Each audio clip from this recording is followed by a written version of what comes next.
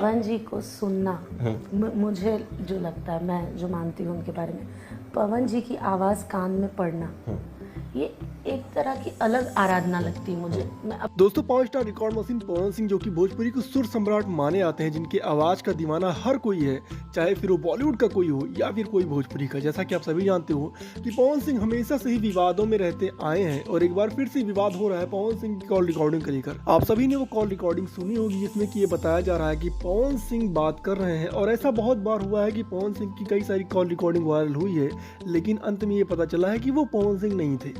लेकिन इस बार वो कॉल रिकॉर्डिंग बहुत ज़्यादा वायरल हो रही है। बाकी आप सभी ने कॉल रिकॉर्डिंग सुनी ही होगी, तो कमेंट सेक्शन में ये जरूर बताइएगा कि आप सभी को क्या लगता है, आप सभी की क्या राय है कि उस कॉल रिकॉर्डिंग में कौन है। क्योंकि पवन सिंह की मिमिक्री बहुत सारे आर्टिस्ट कर लेते हैं, बहुत सारे आर्टिस्ट उनकी आवाज़ निकाल लेते हैं, और बहुत बार ऐसा हुआ है कि उनकी आवाज़ वायरल हुई है। बाकी कमेंट सेक्शन में अपनी राय जरूर दीजिएगा। अगर ये वीडियो अच्छी लगी तो वीडियो को लाइक करके चैनल को सब्सक्राइब करना बिल्कुल भी ना भूलें। मिलते हैं अगली वीडियो में। Thank you so much.